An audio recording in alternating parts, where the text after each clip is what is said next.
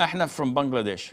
So Sheikh, yeah, there's a brother who in the past, by Allah's grace, would practice his religion with quite ease, but so he would pray Tahajjud, he would stay away from the desires, but nowadays things are becoming really hard for him, so he even barely wakes up for Fajr, he misses the 12 Sunnah, and the thing is he wants to change, like every morning he wakes up and he tells himself that today he will control his desires, but he's always falling, so like, is there any advice from you, Sheikh? Akhi, this is not a one-size-fits-all. People differ in their environment, in their circumstances, in what surrounds them, and what goes inside their own heads and hearts. So basically, if someone was finding ease to practice Islam, used to pray 5 times on time, used to find it easy to wake for night prayer, used to find it easy to refrain from falling into sins and watching haram or listening to haram stuff, etc., then all of this changes to the worse. Definitely something had happened in his life. And I can't tell you what this thing is because I don't know that person. Someone close to him may know that. He should know that if he would be truthful with himself for a moment, because at the end of the day, no one cares about you. This is something between you and Allah. You will be held accountable in your grave.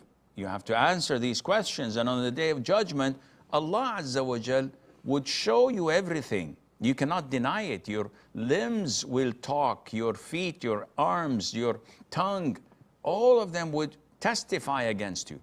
So this is something you have to look into. One, we do usually make our first suspect social media platforms.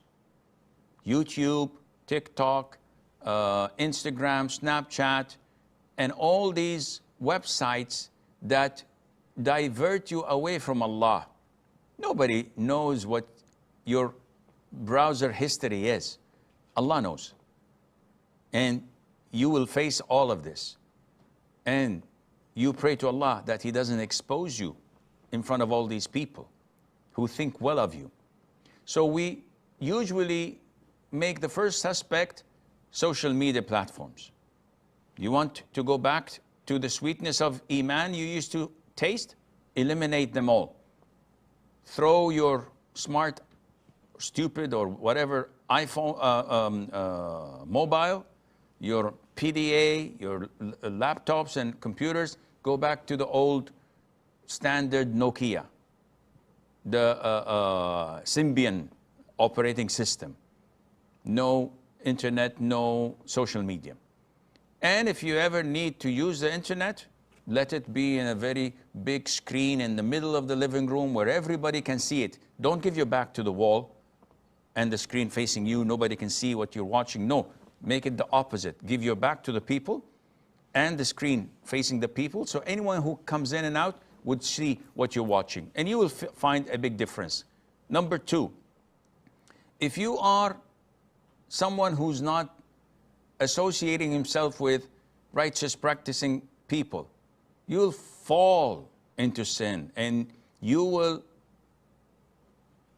leave a lot of the good things you used to do, because this is what Shaytan does best. He targets a lone wolf.